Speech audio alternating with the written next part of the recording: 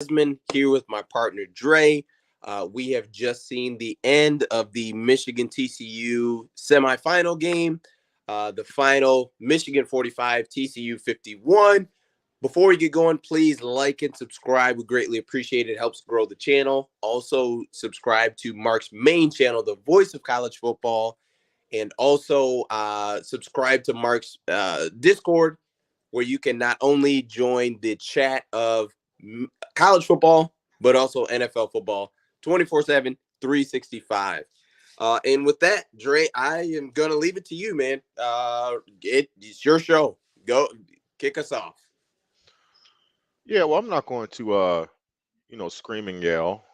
Um, it's no point in doing that. I mean, today was self-explanatory. It really was. Of course, you want to tip your hat to TCU for the things they did well, but let's just be honest here. Michigan beat themselves the majority of this game. That's just point blank. I don't want to hear anything about the overturned touchdown call. Yes, did I believe that it was um, same thing with the running bill? I mean, they overturned the running bill touchdown in the fourth quarter. Did I believe that that call earlier on was that Roman Wilson touchdown was irrefutable evidence to overturn it? Of course I didn't. But the fact of the matter is, the ball's on the 1 yard line, maybe even half the 1 yard line, and you've had the best offensive line, one of the best, if not the best, rushing attack in the whole country. So your chances of still scoring with first and goal is what, 97%? 98%. So I don't want to hear that as an excuse. I don't want to use the refs as an excuse. Michigan beat themselves multiple times. Our starting quarterback threw two pick sixes. Two, two, not one, two. Handed them 14 points, right? Fumbled on the goal line, 7 points, right? How many for a team that's been, especially in the second half defensively, that has been fantastic. Jesse Minter's been one of the best, if not the best in the country, of making second half adjustments. I mean, they got absolutely gashed in the second half, especially on the ground. You had miscommunications. You had corner blitzes, leaving one of the best receivers, Quentin Johnson, wide open. I mean, it was ridiculous, absolutely ridiculous. Play calling, execution, poise. I mean, that last drive was a microcosm of the entire game. It would have been a long shot, but you still had 59 seconds. TCU really gave you kind of a gift. I thought their play calling was pretty conservative for the most part. You got the ball with 59 seconds left. It's plenty of time in college football to score a touchdown, even without timeouts, because we all know the time stops as the chains are reset, which is enough time for you to get to the line and snap it. And you have a false start by your tackle, and then ironically, your All-American center, he's been fantastic all year. Whether it was a miscommunication between him or JJ, the very last play of the game, you have a missnap, right? It's just they beat themselves on both sides of the ball so many times, and it's just one of those things where it's like I said, you give TCU credit for playing with the energy. And I told you that I had a, even though I did not pick them to upset Michigan, I think me and you both acknowledged this, that you knew, and I said this, they weren't going to just lay down, right? They were going to come in here with energy. They've heard all the disrespect, and some people on Twitter said, "Well, this you get, you guys, as in me and you, didn't get them respect, stuff like that." Like no one, nationally or locally here in Michigan, picked TCU to beat Michigan. Nobody did, because on paper it didn't make any sense. Michigan was the better team. Even if you look at the way today's game transpired, Michigan beat themselves more than TCU beat them. It's just the truth of the matter. Anytime you hand a team 14 points, right, you're beating yourself, Des. I mean, like it was uncharacteristic things all day. Um, and I just, man, it's a very sour ending to a really good season. And by all means, probably on Wednesday show, Des, we'll take some time to let things cool off and try to give it some perspective on this season. But as of now, in the moment, let's just call it what it is. It's a sour taste and a terrible ending to what was a really good season. And you lost to the inferior team. The way the game went did not change my mind that Michigan was not the better team. Michigan was the better team. the better team on paper, but they beat themselves. They beat themselves. And some of the things that we've talked about that could hold them back, uh, as in, is JJ really ready to win a game consistently through, can you really put the weight of the game on JJ's shoulders? Is he prepared for that? Well, today you saw a kid that took a step back, and he made some bad decisions. I mean, the grounding call terrible. That was a grounding call. He tried to act like someone was in the vicinity. No, there wasn't. He panicked when he saw the guy coming to him, and he just threw it up there. Right? I mean, for God's sakes, there was a strip sack. Lucky the ball went out of bounds. I'm like, dude, throw the. Talking about he rolled out to his left. It's like throw the like he showed today what some of his pitfalls can be. No matter how talented he is, he showed that today. And no, I'm not putting this whole game on him. Absolutely not. But I'm just saying that he did not play well today. And he handed a team 14 points. I didn't think Donovan Edwards was very good today. I thought they absolutely missed Blake Corum. I watched the game using the Skycast. There's a love to do that because you get more of the all 2022 view of the field. And there were times where there were some pretty good blocking execution with blocks, and Donovan was not able to make guys miss. Maybe it was due to the cast; he's just not himself. But he was not able to make guys miss. And I think if you had Blake Corum, he would have definitely popped a few of those. But that's listen, not trying to make an excuse. I mean, you just had just mishaps everywhere, dude. You had, the play call, the zero blitz play call. That ended up being, what was that freaking drag route by Quentin Johnson that he like it takes it to the house. I mean, it was an absolute um debacle. And man, and Michigan beat themselves, man. And if you are a TCU fan joining this, I'm not taking anything away from your school.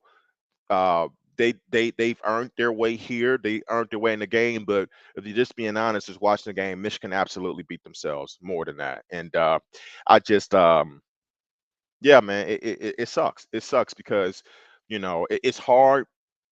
It's really hard to, you can't win them all, right? And you try to have some perspective, but I think when you have a game like that, that's when you totally collapse.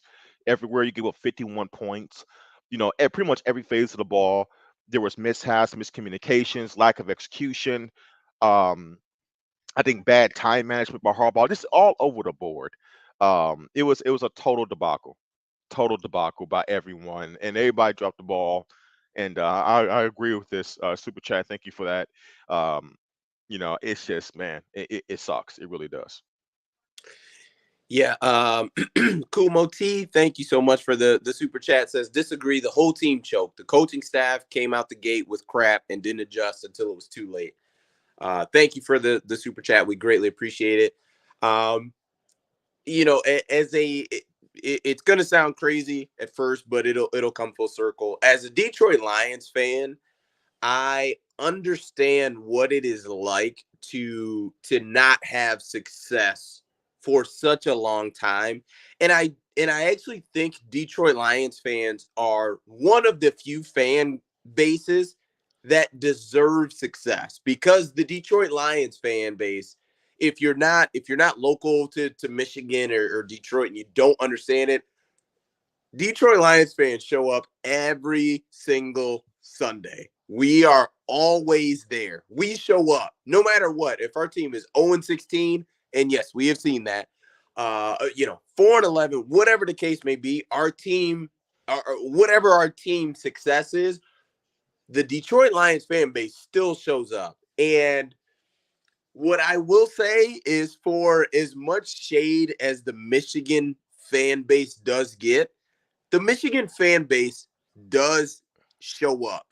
It really doesn't matter, because I can remember when Devin Gardner was playing against the Ohio State, and he was on one leg and just battling it out, like trying to beat Ohio State, because and at that point it was a brutal year, and he was still trying to fight through to just win that one game, to beat Ohio State, like, because the rivalry means that much. And it stinks to have this year that was a historic year, and I don't want to take anything from it. It wasn't a historic year. It stinks to have this year come down to this today, to where Michigan football wasn't at their best today. Worst game of And the year. I hate to put it at simple terms like that, Yeah. but it truly was.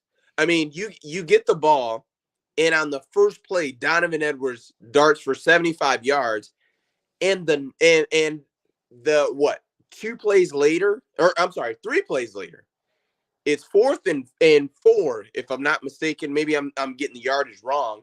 It's 4th and 4, and you run a toss play to your running back, who then tosses it back to your tight end, who seemingly doesn't even have an option to throw the ball. From everything I saw in that replay, there was no option for him to throw it. My initial thought was, oh, okay, this is a Philly special. Like, maybe he'll throw it back to JJ, or someone else is there. Like, in that case, I can live with that. But to come out of that off of a timeout, like, Dre, that was off of a timeout. A timeout was taken, and forgive me because I don't know who took the timeout, but nonetheless, a timeout was taken. So you're coming off of that, and your offensive coordinator's job was to draw up the best, the absolute best 4th and 4 that you have. That is your job for one play, is to draw up the absolute best 4th and 4 that you have. And that was the play that you drew up. And I get it. A lot happened after that play. But at the end of the day, I just don't think that was a play. Here's what I think.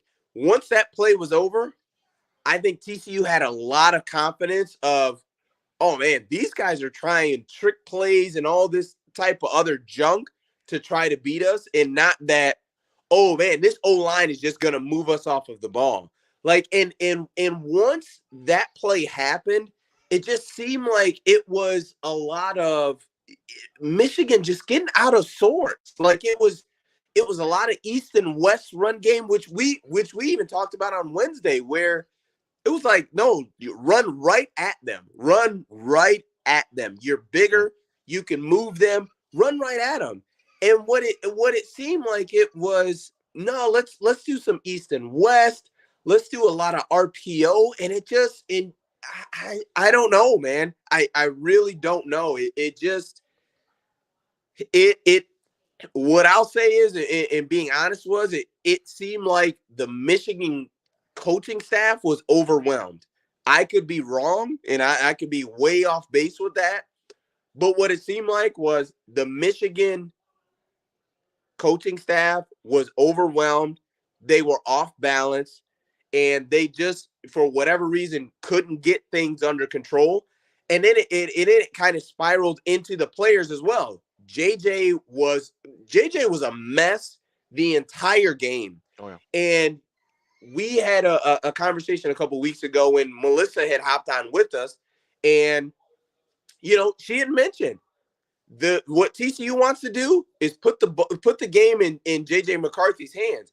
And I know a lot of our fans and a lot of our viewers looked at that and said, "Oh, good luck. Like, he's gonna get it done," and blah blah blah. But when you really break it down, JJ McCarthy has never had a game where he has had to put the team on his back as a true quarterback and make throw after throw and beat another team. Yeah. Even in the Ohio State game, there were 4 to 5 throws that he had to make, that he did make. But that was not a consistent, make it completion down after down, where he had to, you know what I mean? Like, he had to continuously make completions and continuously beat the other team. Like, that was a game where he had a couple big time throws, and he was money. I don't want to take that away from him. He was money in those throws and in those situations, but he has not had a situation where again and again he had to make the big time throws. And the last thing I'll say before I kick it back to you is, even for the TCU coaching staff, they really didn't put that even on Max Duggan, who was a New York, he was in New York for the Heisman finalist.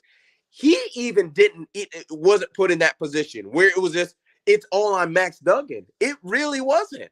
I mean, there were a couple throws he had to make, but it wasn't like Max Duggan had to go out there again and again and complete throws to you know what I mean? Like, to beat Michigan. It was just, number one, the run game was a concern. Max Duggan did a great job on the as far as using his legs. It wasn't something where the TCU coaching staff put a lot on him as far as, where he had to win the game for TCU. That wasn't the case. I want to really quick just acknowledge the super chat. Mr. C says, my main concern was if this team, both players and coaches, would be ready. Once again, they couldn't hold up for the challenge. What are your thoughts on that, my friend? Just everything. Sorry, I said a lot. No, I'm no, no, sorry. no. I Go did ahead. too. Gosh, I do have a lot to hit on. One, I'm concerned both players, coaches. Once again, they couldn't hold to the challenge. Yeah. I want to address this super chat by Mr. C in conjunction, in tandem with um something that Brian said at 8:25. It was Michigan. It was a Michigan team playing in a weak conference that never really faced adversity. One punch in the mouth from TCU, and they couldn't recover.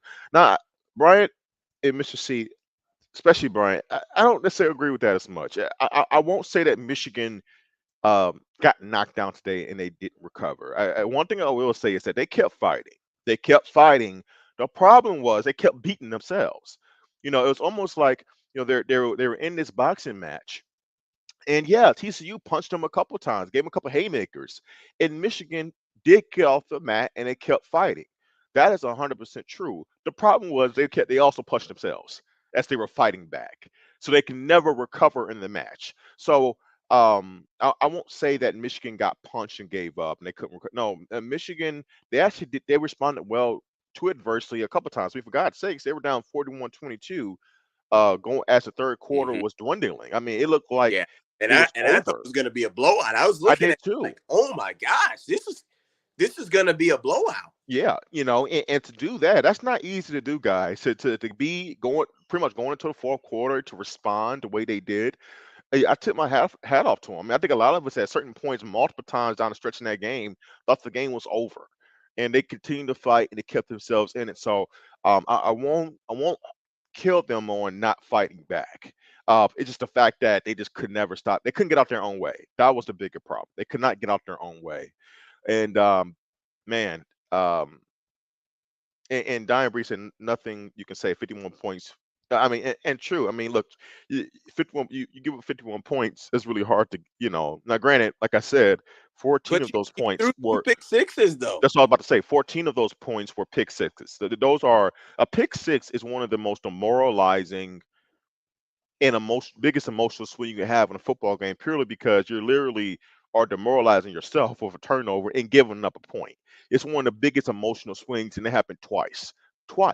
So I think And that I think the tough part, Dre, is if you were a and I don't and I'm hesitant to even say a JJ skeptic, like, because I don't think there was anyone in our group chat. I don't think either of us, I don't think Mark looked at it of just like of anything of like he's a fraud or anything like that. I think even if you were the staunchest of JJ critics, the only thing you could say is he's just never been in a situation where he's got to put the team on his back. I think that's about the only thing you could say about him. yeah. But even that person, I don't think they would say, well, JJ Well, we never seen a is meltdown. gonna Let me help you out. We've never seen. I'm just gonna call it what it is, go ahead. and he keeps that smile on the sideline no matter what's going on. I give him credit for that. He keeps a positive outlook no matter what's going on in the game, and I hope he keeps that. I think that's good. But he had a meltdown today, in terms of his play. He had a meltdown He today. did. Even in the briefly after those turnovers, he was becoming inaccurate. He's been indecisive. He was just very just uncomfortable. everything. Like The game was too fast. The even game. in the plays where he didn't get sacked or didn't complete the pass, it just he still would just hold the ball too long. You know what I mean? Like where he's getting hit too much. It He struggles it's with it. unfortunate, but I do agree. JJ had a meltdown today. Yeah, yeah. He it I mean, there's no other way to put it. He Mhm. had a meltdown today. Yep, yep. I mean, the game, it became too fast for him. It became too fast for him, and it's just no way of getting around it, right? And it's really unfortunate. And um, by all means, it doesn't take away from what he has done this season, but that's a black eye. It really is to your career resume. That's really tough. That's really tough because no, he did not. I'm gonna say this very clearly. He did not lose his football game, but he played a really big factor with his decision making. Yeah, anytime your quarterback hands another team 14 points, man, it's just. I mean, Right? and gives them their first points. That pick six was the first points that TCU got on the board. Here, It wasn't the defense here to me. I'm sorry to interrupt you, but essentially, regardless of whether it is true, whether I have the personnel to do it and execute it, moving forward until he proves otherwise, this is going to be the blueprint for JJ McCarthy as a starting quarterback for Michigan. Mhm. If I am whatever, let's say Penn State, right? A team that I for sure know that I'm gonna play Michigan next year. When I see this film, this is going to be the blueprint of how to beat Michigan. Regardless of if I've got the guys to do it the same way TCU did, this is gonna be it. It's gonna be we gotta stop the run and make JJ beat us. Mhm. Like essentially that's gonna be the book on him until he's gone from Ann Arbor, right? Yeah. Like am I wrong? Am I No. crazy for thinking that? No, he has to prove that. I think, you know, and now he's not a young kid anymore, guys. I mean, I think we look at someone's age and and turn and like all their inexperience in terms of play as a player, not as a person, right? Like JD McCarthy, the kid, the person, yeah, he's young, but as a player, he's now been playing for a year and a half of getting legitimate time and now a full year starter. He's a veteran now. He's a veteran. He's not inexperienced anymore. He is a veteran. That was an inexcusable performance for a veteran quarterback. And going into next year, pretty much for the rest of his collegiate career and whatever he has beyond that, is that he's going to have, if he wants to get better and maybe not get exposed so much more down the stretch now going forward, as you said, Des, um, this indecisiveness, um, and when he does make decisions, has to drastically improve. For God's sakes, and I know you guys are going to allow you guys to notice this too, and it drives me insane. Part of the reason why TCU and teams are able to sometimes balk down our running game is because JJ refuses to pull the football. Oh He my God. refuses. He refuses to pull the football. And if there's one thing that you could look at, case in point, I hope JJ learns that guy across the field from you who was in New York, you want to be in New York, he does that beautifully. He pauses your defense and he makes you wait. And he makes you indecisive. That was part of the reason why TCU was able to gas the defense because you had that respect of what Max Duggan could do, or Miller, their running back, and number three. I can't remember how to pronounce his name. Right? He it keeps the defense honest. And JJ, especially for what 2.5 quarters, he started to do it late in the game. I don't know why it took so long, but he refuses to pull the football, and that's another element. What's the point of running an RPO if you're not going to keep the football every now and then as a quarterback? You Agree. have to show Because that as a threat. when you think about it, Max Duggan, there were so many plays on like a 2nd and 10 where Max Duggan would, do the ride and decide and pull it, and he wouldn't get a first down, but he would get like 7 yards or 6 yards to make it a third and manageable. And it's the same thing for JJ. It's just he just refuses to do that, and it just I It think the hurts. thing that drives me nuts is the play is there to be made. Like Yes. it's just there. And you Like can it's there tell, to and be Des, made. you can tell that the defense is just like, okay, we're just crashing. Like it was so many times where you're like, they're not even like I'm watching. guys, I'm telling you, I was watching from the All 22, the Skycast. So I see the whole front seven, right? I'm not looking at the side, right? When I'm Mhm. telling you the TCU linebackers and safeties, they were not even giving JJ a second thought. Wherever Donovan Edwards was going, they were crashing hard. Everyone in their pursuit was right there. Like they didn't give JJ a And second thought. think about how Michigan traditionally lines up. Like Donovan Edwards is in a sidecar, right? So he's not in the pistol where Mhm. he's behind the quarterback, where it's like, okay, quarterback can line up this way or he can go this way. You know exactly if he lines up on this side, there's only one way I can go. So it's like, all right, cool, crash from this side. Like it, you know what I mean? Like it just It's very it frustrating because and you saw what happened once he started to do it, and I don't know if that's on the staff. I don't know if they've been telling this kid he just refuses to do it. He gets caught up in the game, um, but like. It's like I don't know if they said something to the game. Hey, are they telling him not to do it? Because something happened where he just started miraculously. I can't say the word. You know what I'm trying to say. He started pulling it more, and he got some yards, scored a touchdown. Right, start getting yards. So I don't know what happened just out of nowhere where he started to do it. Where I don't know if this is predetermined that he's not going to do it. I don't know if he needs to be reminded, which equally is bad. But that's huge, right? Because it all matters, right? And it sucks, man. And I just don't want to see. I'm as I'm talking, I'm looking at comments, guys. Don't stop with the officiating. Okay, stop it. Because here's the thing. Here's the thing. Right? what I will say is a couple of those calls were weird. Oh, They were absolutely, weird. oh, Now, absolutely. I'm not going to That's not tell the you problem. But and we got look, some gifts too, it, though. We got some gifts too. That was a terrible, a horrific roughing the passing yes. call. At That the end of the yeah. third quarter. Yes. That's one of the worst roughing the passing calls. That was a gift for us. Yeah. So That let was a soft push. so that But was terrible. Oh, what I will say is guys, and I'm sorry, I'm not here to massage the ego and the hard, feelings and the hurt that you're dealing with. Yeah, you got some calls go your way too.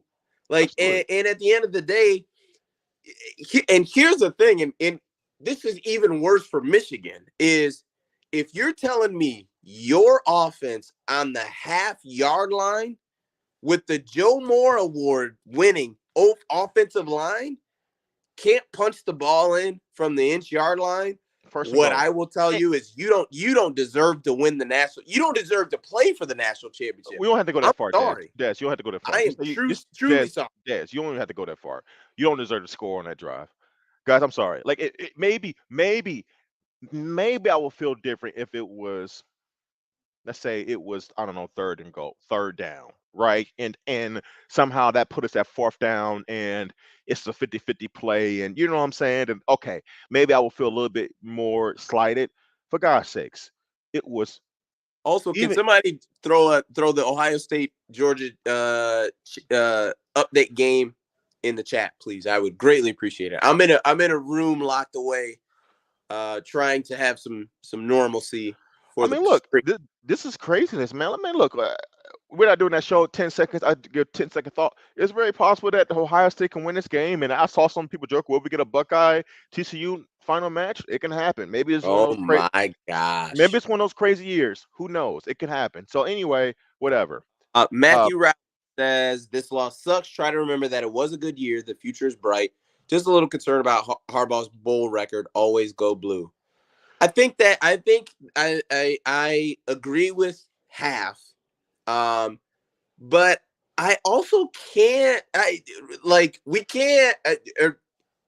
For me, I can't just move past the loss happened and just move past it but and there's just a be like, time and all right, place well, for it. it just is what it is. No, it's a time My and place my for it. thing is, hold on, I'll Go ahead. Go ahead. give me 1 second and I'll let you go.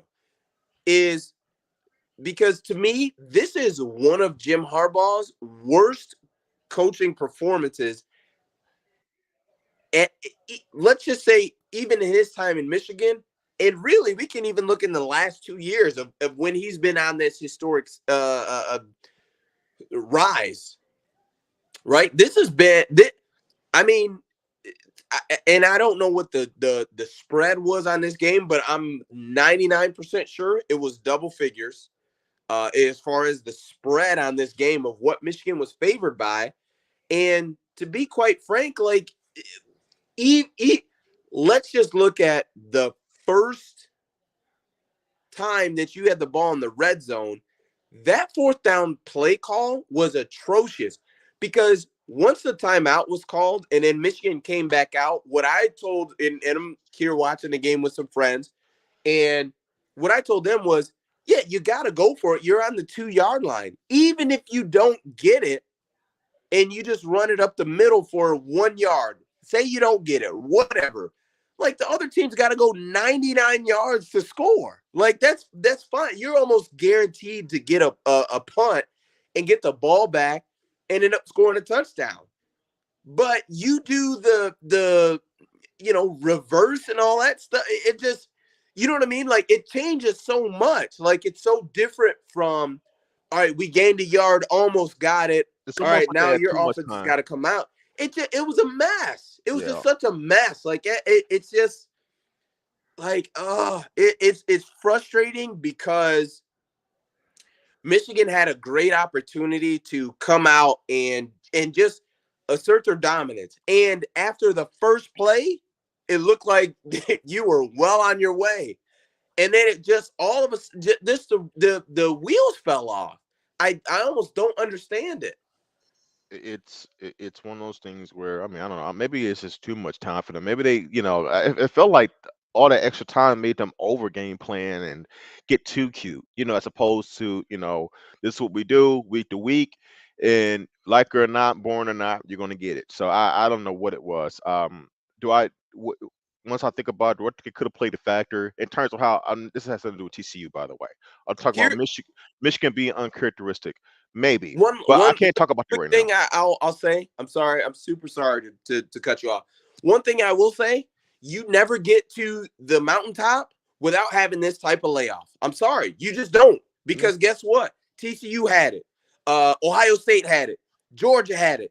Everybody has it. So yeah. you don't get to not have it and think you're gonna get to the top. You know what Right, I mean? Like that's so frustrating to me. It's right. so frustrating. I'm sorry. Go ahead. No, and I get it. And mind you, what I was saying is I wasn't your I whole all know. your I know. right, Go. all your opponents to deal with it. I'm just talking about for Michigan and this uncharacteristic performances they're putting up in these bowl games, especially back to back years, especially now. That team we saw today, and I'm just purely speaking on Michigan and the, their character today and the things they displayed was against what we have seen all year. All year. And I'm like, man, like and if they're lucky enough and fortunate enough to get back into this opportunity next year, uh, maybe they had to really reevaluate how they're utilizing this off time. And are they doing the right things? Because now this is back to back years, and mind you, this year was to me worse than last year because for one, you were definitely the better team on paper, and you beat yourselves time and time again. Yes. So it's like this year is worse than last year to me. And you were a better team this year. So I mean, it's incredibly, incredibly uh, damning from multiple standpoints. And by all means, there will be a time and place where it probably on Wednesday show, guys, once things kind of die down a little bit, where myself and Des, I'll give some kind of perspective on the season. No, I mean, and multiple things can be true. You can be appreciative and say, you know what, the guys had a really good year. You won a Big Ten, and all those things, made to the CFP, and also you laid an egg. You fell flat on your face. Both things can be true. It is sustained because it's a blown opportunity. It might be one of your better opportunities, not only just to win a playoff game, but maybe to win a Bro, national to title. get to the net, I It just it sucks. It sucks. I mean, it's hard. like Dre, like Yeah, look at the anguish that I'm I'm going through, it and sucks. I mean, you it's know me, I'm yeah, not a Michigan fan. it Like, sucks, dude. It you know what I mean? sucks. Like the fact that they were right there. Listen, I'm not a Michigan fan. I'm an Alabama fan. It's been, we've talked about it plenty of times on this channel. But I live in Michigan. I have a lot of friends who are Michigan fans. And it You just, to know, me, like to have that opportunity in front of you. Like we can have an argument about Michigan having the easier route to the national championship. We can argue about it. You could say, well, I think TCU's better. I think Ohio State's better, whatever. But there is an argument to be made that you have the easier route to the national championship. And to be quite frank, let's say it. Michigan blew that. I don't think anyone would look at that game and say, man, TCU really beat Michigan. They really took it to them, blah, blah, blah. TCU was opportunistic, pretty similar to what they've been all year. And we had a conversation on Wednesday, and all that I said was I sincerely hope that Michigan doesn't just roll out of bed and think that they're going to beat TCU. And I'm not sure that happened to where they just, showed up and thought they would win.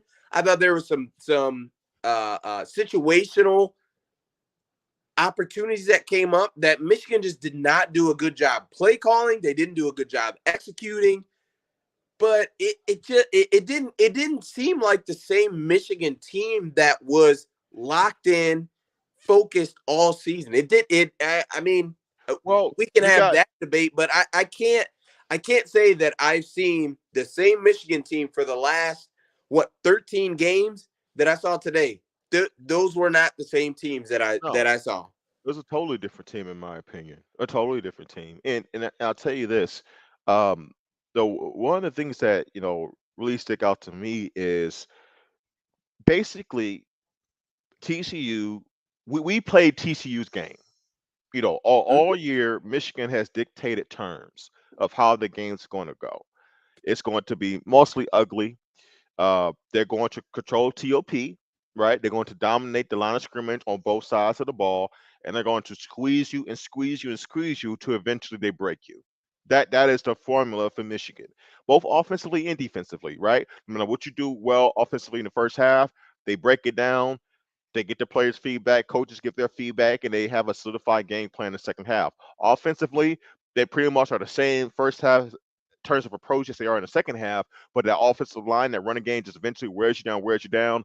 They're timing with their passing game when they need to do it, and they just break you, right? But today, they played right due to their self-inflicted mistakes and some things that TCU did well. This game turned into a Big 12 football game. It turns of high tempo, scoring, and it totally was in TCU's hands. Michigan never was able to take this game and make it their game. Make no mistake about it. And this is part of the reason why a lot of people never thought TCU had a chance. It's because Michigan, probably better than any team in the country, it is the best at taking the game and making the other team play their game, right? Like I don't care if you try to speed us up. You're going to get this death by 1,000 cuts in terms of us running the football down your throat. But then defensively, we're not going to give it the big time play, and we're going to force you to make a mistake here and there. Like, that's just what they do. They've done it so well. But today, it was TCU. TCU dictated terms, right? Because even when Michigan's offense started to pick things up, and they started to really kind of gas TCU as well with some chunk plays here and there. Uh, our defense just had no chance. TCU had the up tempo offense, and then now we're getting Quentin Johnson wide open. You get him matched up with a safety that he is significantly bigger than. I mean, it was incredible. Kadesh, you said it during on Wednesday's show. Like the one guy that you couldn't have beat you was Quentin Johnson. We had a monster game today, over and over And and that over again. freaking that corner blitz. Listen, I don't understand I that. That was the I worst I've ever seen. watch Nick Saban's defense a lot. He loves cat blitzes, which is a corner blitz. He loves it. He will run it multiple times during the game, and I'm good with it. But when you have that call on, number one, everybody from the defense has to be aware of it, and the safety's got to get over the top. I mean, literally, Quentin Johnson, the ball was snapped. He jogged He towards the could have, sideline, bro. He could have jogged up paused. the sideline, and then Max Duggan then threw the ball. He caught like it. There was no urgency from the safety getting down. And Trey, It was so bizarre. everything defensively was just a mess. You had that. You had a zero blitz to where And I think it was Johnson, same thing too. Ran just a shallow cross. He caught the ball 3 to 4 yards behind the yard to go, and because no one else was there, catches it and just turns up and runs. And I'm like, what? It just the blitz. I just all I can say is Michigan coaching staff seem to be just overmatched. It just didn't. It Yeah. didn't get like to have that happen. Like because a zero blitz. Like I mean, Dre, how many times have we seen that in the second half of a Jesse Minter defense? Like I would venture out to say none. I would venture out to say we have not seen that happen for a Jesse Minter defense in the second in the in the second half. And that happened today in a critical time. And just all of the Michigan mistakes seem to just happen at critical times. Yeah. And Anytime the Michigan was mistakes good. happened when you couldn't have the mistakes. Right. Anytime Michigan was gaining some momentum back, right? Big time touchdown, starting to gain some traction, especially in that fourth quarter. The time and time again, they allowed TCU not just to respond, but to respond quickly and explosive, where that essentially emotionally, it just took everything that you just gained. Like the Quentin Johnson drag route to turn to a touchdown is inexcusable. It's just like, it's one of those games, man, where it's like it's just a total failure, top down, top down. Um, it's just I can't like it's not like it's weird because yeah, you never want to discredit your opponent when they beat you, right? Look, TCU play spirited, they're clearly talented, they're tougher than I gave them credit for. Um, but at the end of the day, man, like from coaching to players, did they really dropped the ball today. They really did, and that stings. I would venture to guess. I can definitely, as a fan, I can say this, but I would venture to guess in that locker room that this game stings way more than last year, because Absolutely. because And like if I yeah, was a senior, especially in this locker room today, I would be in tears because I forget about the coaching. I, as a senior, blew an opportunity to get to the national championship. I yep, did that, and yep, that would be the way I approached it. Was yep. I had a chance to get to the national championship and I blew it. Like that is what I would look at. Um, LFG says, you guys are so young. 70s Big Ten teams lost numerous Rose Bowls, just like what happened today. Long layoffs hurt boring running teams more. Surprise. Yeah, well, Whatever. I I mean, don't. I don't really go to the whole age thing, but no, I mean, it's not an excuse. Just because we Serious? agree, Are we serious? just because we agree with kind of long layoff hurt. I mean, it's clear that there's the layoff. I think play a stating that the layoff plays a factor possibly because you see you see a sample size that there's a correlation is not the same thing as making an excuse. I do agree that I believe there's some credence to that, but it doesn't excuse the final product. Like guys have to figure out if you coaching staff and guy and players have to figure out a way to stay sharp and do what they have to do. Your team like Michigan, yeah, you like to run the football, you have to be physical for you to maintain that same mentality. Maybe you can't, maybe you have to stay physical, but you can't change your practice style during that layoff, right? Maybe you have to stay with the same routine. If that means some guys get banged up along the way, so be it, because that's what you do week to week, and that's just what then that's what it takes.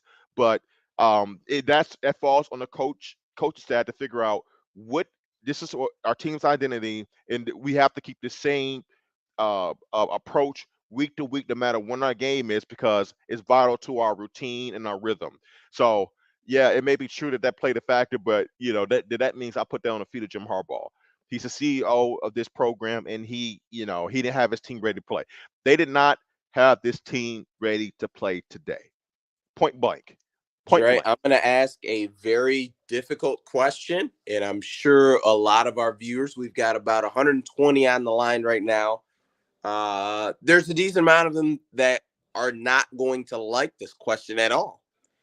But the question that I am going to pose to you today is is is JJ McCarthy potentially a weakness for this Michigan football team? Look, and let's say this Michigan 2023 football team, because he has to come back, right? He can't go to the draft.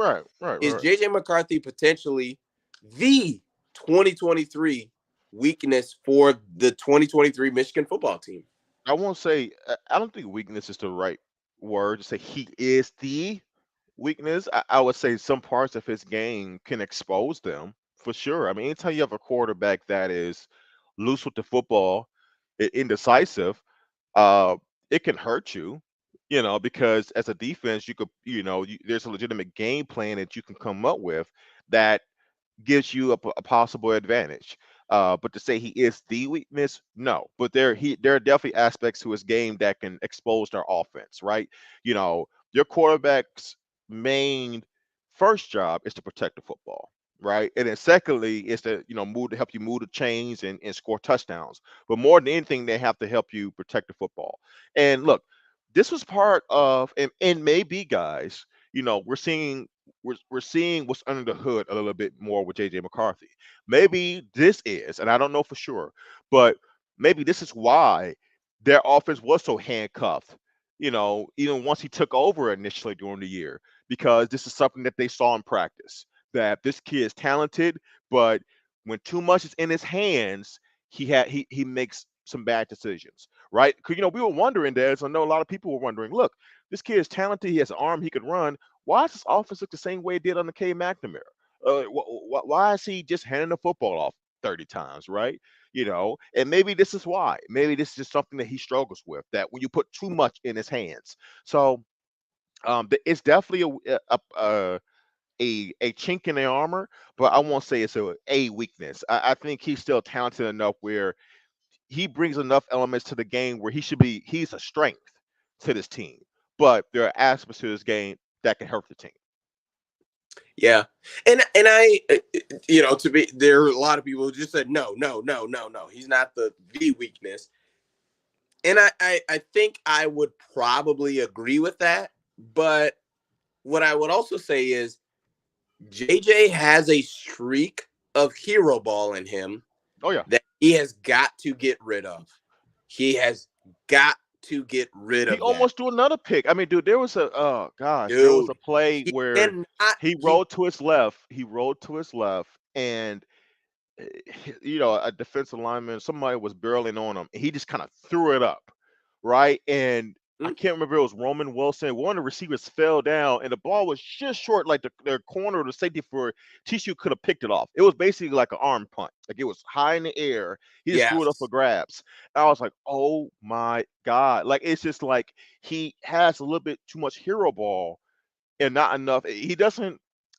It's dangerous because he hasn't proven yet that he is proficient enough to carry a team offensively where you can live with his turnovers during hero ball. There's certain quarterbacks like Baker Mayfield in college, or name a guy who's a gunslinger, and they're going to have occasional turnovers, but they're so freaking good when they're not turning the football over, and you're scoring at such a high rate that you can live with it. JJ hasn't proven that he's proficient enough as a gunslinger where I'm like, okay, he's going to make his occasional mistake, but when he doesn't make a mistake, he's going to be lighting it up, right? And Right. so that's where it's like, no, we can't have that. So, no, I mean, I today, look at it yeah. almost like a Bryce Young situation, right? Hmm. Like when Bryce Young throws an interception, and I'm an Alabama fan, so I watch just about every single one of his snaps. I'm like, I can live with every single one. I sent you a text message early today of Jermaine Burton not being on the same page with his quarterback, and it drives me crazy because he's been off all season, right? So if even on that throw that Bryce had, where essentially Bryce threw for like more the corner route or the go ball, and Burton was more up the numbers, whatever. If that turns into an interception, I can live with that because that is our wide receiver being on the wrong page today. I mean, how can we blame any of those two interceptions? How can we No, blame any of that on the wide receivers? no. The first one was potentially Now, a great play by bad that route, safety. but Now I that think that was actually more JJ staring down his guy. and the safety read his eyes. That safety, I think it was a safety or it was a nickel. I can't No, it remember. I was a don't, corner. it was a If I'm not corner. mistaken, He, it was no, the corner of dude, the nickel. Yes, I go think it ahead. was. I think it was a nickel. He read that play, and part of it, I gotta admit, now it was a bullet. Now I gotta tip my hat. That was a heck of a It was read a and good play, reaction. but That was a good JJ play. also But from the time he clapped he his didn't hand look him off. and He got he the didn't look him ball, off. He did not he look him looked off. at the same. He looked He at the same guy from start to finish, yeah, and he and threw that it. is a Cardinal. You can't do that. Like you You know how you cannot know that? do that. And you know how you know that, Des, is because when you go back, guys, and you watch that replay of the play, the nickel who made the interception did not hesitate. Like he literally watched JJ's eyes. It took a beeline to the football, and that would tell you that the quarterback did not, for 1 second, make him pause to think, oh, maybe he's going inside. Like he read JJ all the way, JJ's eyes going out to it that looked like it was a flat route. He took off, took a beeline to the football, made a great play, pick six. That's on your quarterback, right? And then the second one, once again, I mean, dude, it's just he had a terrible day at the worst time of his career. And do I think that, you know, in terms of the kid, should Michigan fans be, pelting him and booing him? I hope not, No, because he is talented and he's a big reason why you got here again. But I will say this. Um, how he performs next year in terms of he has to get better. He has to get better at his decision making and his poise, knowing I mean when and not to pull. I just highlighted this comment for Justin. How do you say JJ did not have a terrible day? He threw two pick sixes. So I'm kind of Like he confused. threw. Come What, on. He I don't. almost threw as many touchdowns to TCU as he did to Michigan. Like Yeah. we, I, like what we can't do is just blank. It just forget tur- about any of the wrongdoing and be like, oh well, yay, everything is fine. Like no, we can't. dude, Like we your can't do that. quarterback, We one of the can't do more, that. if not the one of, I would say actually the most demoralizing thing that, and one of the most, I think, yeah, I don't know how else to phrase it. Like your quarterback handing a team points, there's just there's no way of getting around that, right? Like he literally handed them 14 points. He handed them 14 points. Like TCU's off. That had nothing to do with the defense. That had nothing to do with special teams. That was JJ making a decision. Football is in his hand. He's throwing it to other team and it's turning into points. That's on him. It's on him. Lord. Now, you can state that, and it also uh it doesn't So mean that it's totally. Justin says, well, two pick sixes, but his playmaking is the only reason we were even in this game. So that's why. Yeah, but I mean, yeah, but Justin, yeah. both teams don't. But You they're not brush mutually past exclusive. giving the other team 14 points. Right. They're not mutually exclusive. Right. So yeah, I mean JJ did a lot well, but when you are a quarterback and you make turnovers that lead to points, you're literally directly hurting your team. On Right. one throw. Like Yeah. this isn't a we got the ball at midfield. It's 4th and 10. We're not gonna get it. So I just throw an arm punt and the other team catches it at the 10-yard line. No, this is Like this is direct I points. throw the ball and literally the other team gets 7 points. Like I mean, look, we can You can approach it however we want, we but have to talk about it. You have right. when your quarterback has two catastrophic turnovers that lead directly to points, it has to be a main point of conversation. It just does. That's not just a Michigan thing. That's football on every single level. It's huge. It's monumental. It's an emotional swing. It's a point swing. It's everything. It's a total change. It's a total change. Now he is what that is one in a huge microcosm of mistakes. Mind you, guys, if you just joined us, me and Des have said this was a total collapse. Coaching staff and players. But make no mistake about it, a big part of that, as it will be with any particular level of football is your quarterback having 2 pick sixes. That's just what it is. I And wish it was not the it would case. be no different if Donovan Edwards put the ball on the Two fumbles, right, and that led to a times scoop and and it score. turned into 2 scoop and scores. Right, it'll be We the would same be thing. focusing on Same thing. Donovan Edwards Absolutely, dropping. absolutely. You know what I mean? Like guys, like we're not here to play favorites. No, That's not what it is. Like and yes, and Marcus brought up coaching. We have talked about coaching. We've been on the stream for about 55 minutes. And yes, we talked a lot about coaching, that they were outmatched. But at the same time, QB1 threw 2 pick sixes. And what I will remind you, were at inopportune times. The first one was to give TCU the first score of the freaking game, 7-0.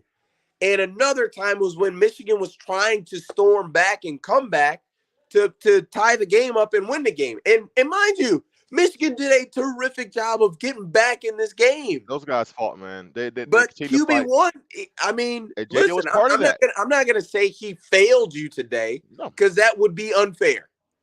To say that JJ failed Michigan everybody today failed. would Everybody be failed. unfair. Yeah, everybody failed. But he could have played better. He had a couple mistakes. Yeah, It just is what it is. Guys, monumental we mistakes. talked about this before the season started. This is big boy football. We are not here. We're not here for feelings. Jim Harbaugh's not here for feelings. Jesse Minter's not here. None of these guys are here for feelings. It is about performance only. That's the only thing that matters. Jim Harbaugh has told you year after year that this is a performance-based business. I think he calls it merit-based business. Yeah. So, guys, let's not play these kid games. I We think are not playing kid this games is one here. of those games where honestly, guys, I'd be completely honest with every one of you here. We're so thankful that you're with us tonight, honestly, and I hope you guys are having a safe holiday. It will continue so. This is one of those games where really no one needs to be defended. Can I be honest? Like really, Yeah. like this is one of those games where none of us fans should be defending anybody. No player, no coach on that team deserves to be defended because they all failed. They all made mistakes. This was a total debacle, a total team collapse. Right now, once we take time after the game and try to get some perspective of the season, then sure, we can try to say, well, these guys played well, this team, so on and so forth. But in terms of how we recap this game, no one, no one deserves to be defended. They lost to the inferior team. They blew an opportunity, a grand opportunity, right? They beat themselves more than anything. That's just it, right? So I don't care if you are a JJ Stan, mind you, I didn't say fan, I said Stan. I don't care if you don't know what that is. If you're a JJ fan or whatever, this ain't the moment where you want to try to put up your JJ, hat and say he's my guy. This ain't about that. No one's talking about replacing him for next year. Nothing like that. We're saying we're talking about different phases of the game that were huge impacts of it. But everybody dropped the ball, right? Did I see the defensive line get any pressure on Max Duggan that much today? Nope. In Nope. fact, that's probably why they kept trying to throw in little cornerback blitzes and stuff like that to try to help get some pressure. I thought Mozzie Smith, and I think Mozzie Smith had a pretty good, didn't have a good day. There was one play he broke contain. He had an easy sack for, and I think someone pointed it out earlier. He had an easy sack from Max Duggan, but he broke contain, and Max got some extra yards. I didn't see Oki out there today. I Okay. didn't think Mitch Grant Yeah. Oki out there No. today. I No. didn't see Mike Morris. I know he came back. He had a tip pass, I think, earlier in that game, but at some point in that game, but I didn't think he had some kind of great game. DJ Turner played fine, but then he also made that critical mistake in either terms of his pursuit or lack of tackling that led to the Quentin Johnson touchdown. You can go on everybody. Everybody got something on that film that was catastrophic and bad today. Okay, it's just that kind of game. So let's start with the whole getting sensitive on certain guys on this team because no one deserves it today. All right, just need to put that out there. And thank you, Christina Lewis. Don't blame the refs, guys. I can't. Maybe this is just how I am. You can acknowledge. It's okay to acknowledge if you don't agree with a call. But it's really when you say refs cost you a game, you are letting your team off the hook, Yeah, especially absolutely. especially in a game where your team makes so many self-inflicted mistakes. Yes, that probably should have been a touchdown by Roman Wilson, but we fumbled the ball. We did. It wasn't, for God's sakes, it wasn't that TCU stripped that ball at the goal line. We messed up the handoff. Right. We did that. That's Michigan's problem. That's Michigan's wrongdoing. Okay? So I don't want to hear about the reverse call. I just don't. Dre. Okay? So once again, Justin, we can address it again. Yes, Des is sitting here asking if he's a liability. Yes, I am asking a question. Sue me if I if I'm crazy for doing that. Because here's the thing, Dre, and you tell me, what is the bigger question mark going into next year? Do you think it's this Michigan defense?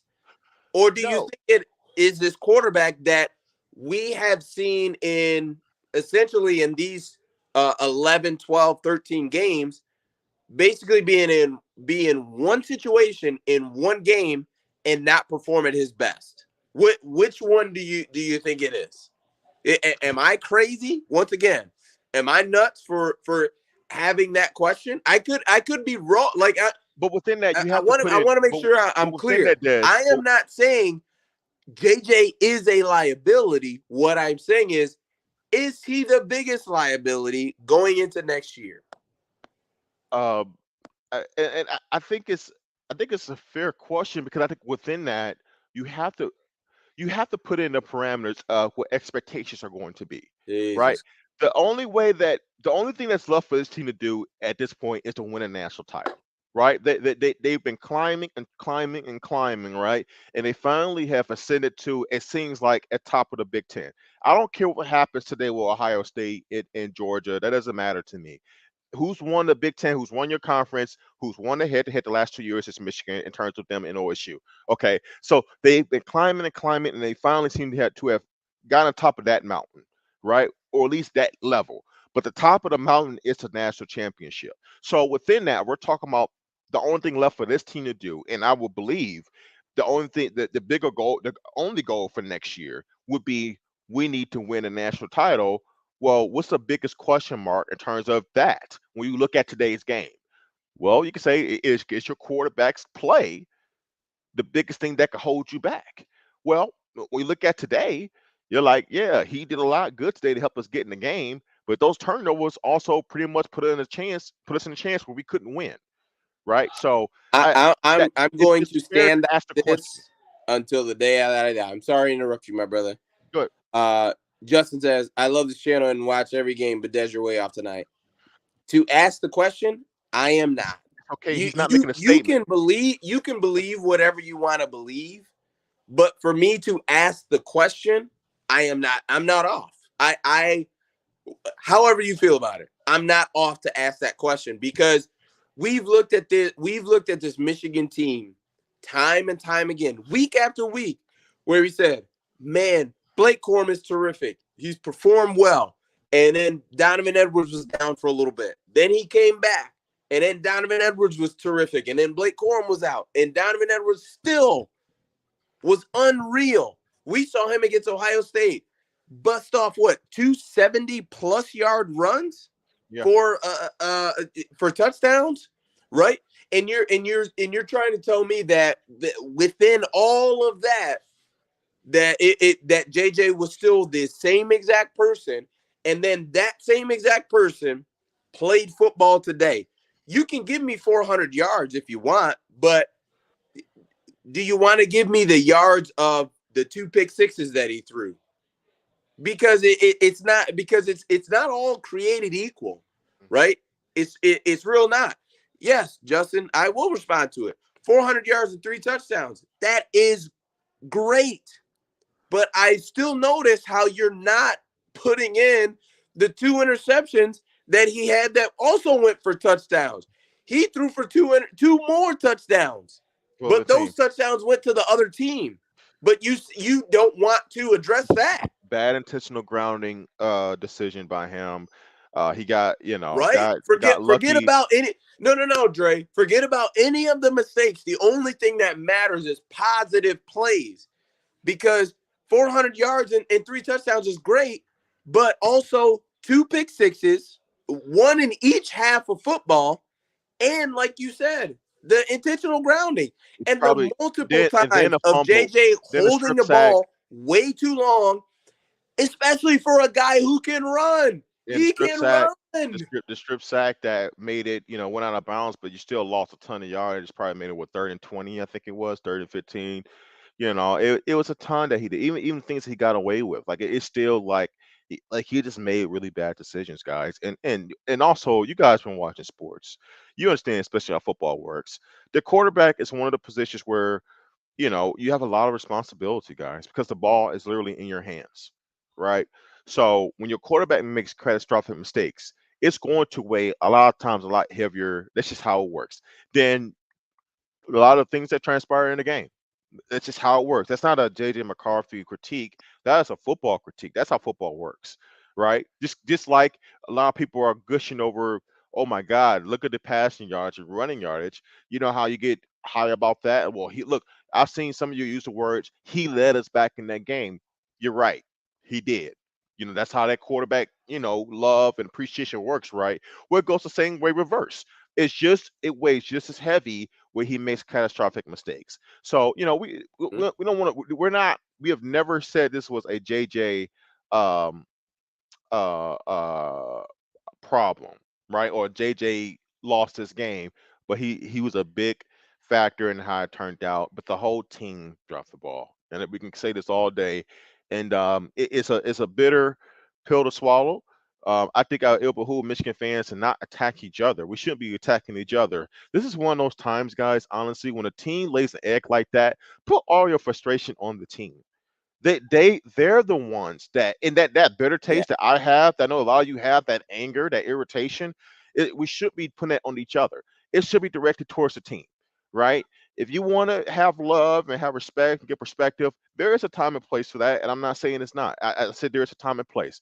And probably by Wednesday's show, we'll take some time to do that. But as of now, when you drop the ball the way they did, all the onus should be put on them, right? That's just it. That's it. Absolutely. Because listen, and here's the last thing I'll say before I address our super chat. Well, actually, let me address the super chat first.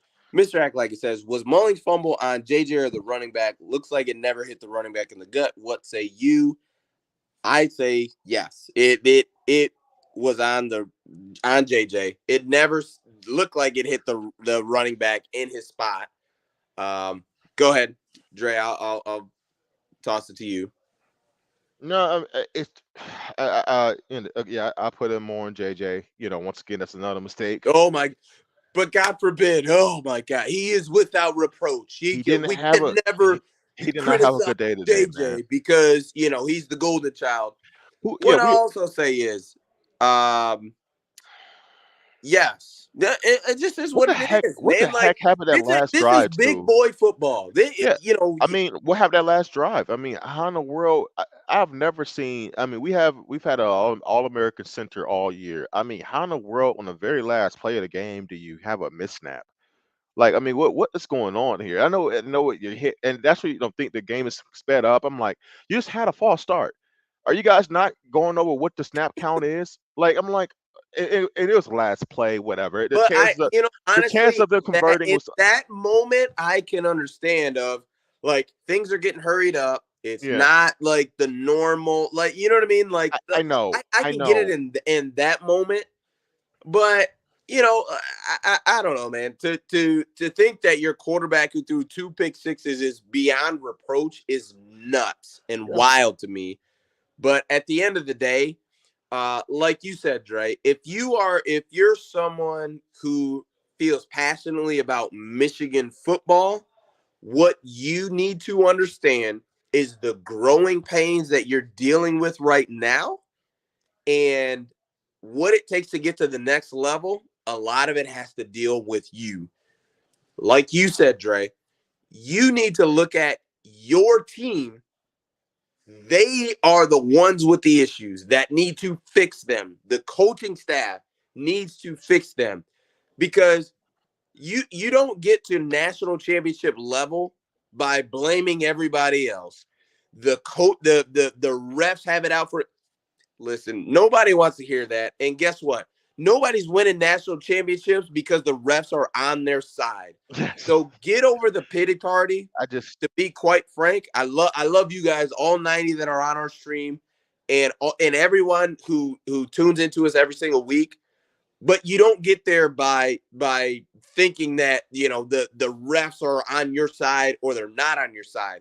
You get there by executing every single week, and Michigan was very, very close to that this year. I well will give them a lot of credit. They were super close. They didn't have their best game today, and that sucks at for their them. worst game. And I'm being very serious about it. It does suck for them that they didn't get a chance to have a bad game in week 2 or week 3, where some of these other teams that are playing in the college football playoff did. That sucks. But when it comes to being a big boy and really, really being a big boy, you gotta pick all the pieces up, Just stop. and you get there next week, or next year, and you get back to work. That's what it comes by. Yeah, I just I don't know, man. I just and granted, we can only go, guys. We can only go by what the few letters you put in those comments, but it's just, you know, for us when guys when we have the floor like we have now, what we're saying is, I think sometimes people hear things like, you know, they don't hear totality what you're trying to say sometimes, and I hope right now you're listening to totality what I'm saying. It's okay to point out when there are missed calls. Missed calls happen in every game. There's no conspiracy for against the University of Michigan. Okay, there's always for every fan base in a football game that's going to feel like they got gypped on a call here or there. That happens. It is up for your team to find out ways to overcome them. And when you have a day like today, especially a game like today, we have so many keyword self-inflicted mistakes. It's not the kind of game where you want to say it's that person's fault. It's that person's fault, right? You do the finger pointing. You have to first look at yourself because you beat yourself more than any of those other factors that happened in that game. You did, right? And it sucks. And we're attacking each other in these comments. When at the end of the day, all the onus needs to be on this program. It really does. It really does. This team had a really good year, but they laid an egg. They just did, man, and it sucks, right? And um, the credibility needs to be put on them more than us, right? This is not the time to try to be defensive. Yeah, it hurts. I'm hurting, right? In terms of this team, right? It's still New Year's Eve. There's a lot of things going on in life, right? But in terms of how you feel as a Michigan fan, it should sting because we let a grand opportunity go. Um, but I mean, that's how it goes, guys, and you just have to live with it. And there are time and place for perspective and looking back and say, you know what, that was a good year. Hey, we're what, I don't know, Des, 24-4 and 3, whatever it is, the last 2 seasons. All that can be true, but it doesn't mean that you overlook when your team beat themselves, and that's just the case tonight. Absolutely. Cool Motif, thank you so much. Says, sorry guys, living in Tuscaloosa has my phone blowing up. We had our chance. Good job, TCU. You guys did a great job this season. Go blue. So I'm assuming he's talking about us. And then Mr. Act Like It says Harbaugh's going to have to have another 2020 offseason, take a deep look, and decide if co-offensive coordinators as an offense is a I don't solution. know. I don't know. I'll say this, Mister Act Like It. Um, you know, there's certain play calls where it's clear that Harbaugh's having a big influence over those play calls. Okay, like it's clearly Jim's identity and Jim's influence, and it's to the point now where since Harbaugh's been here, he's had a influx of different offensive coordinators. Some guys have had the play calling fully themselves. Some guys have been passing game coordinators. Right, he's done like this Cole thing, right?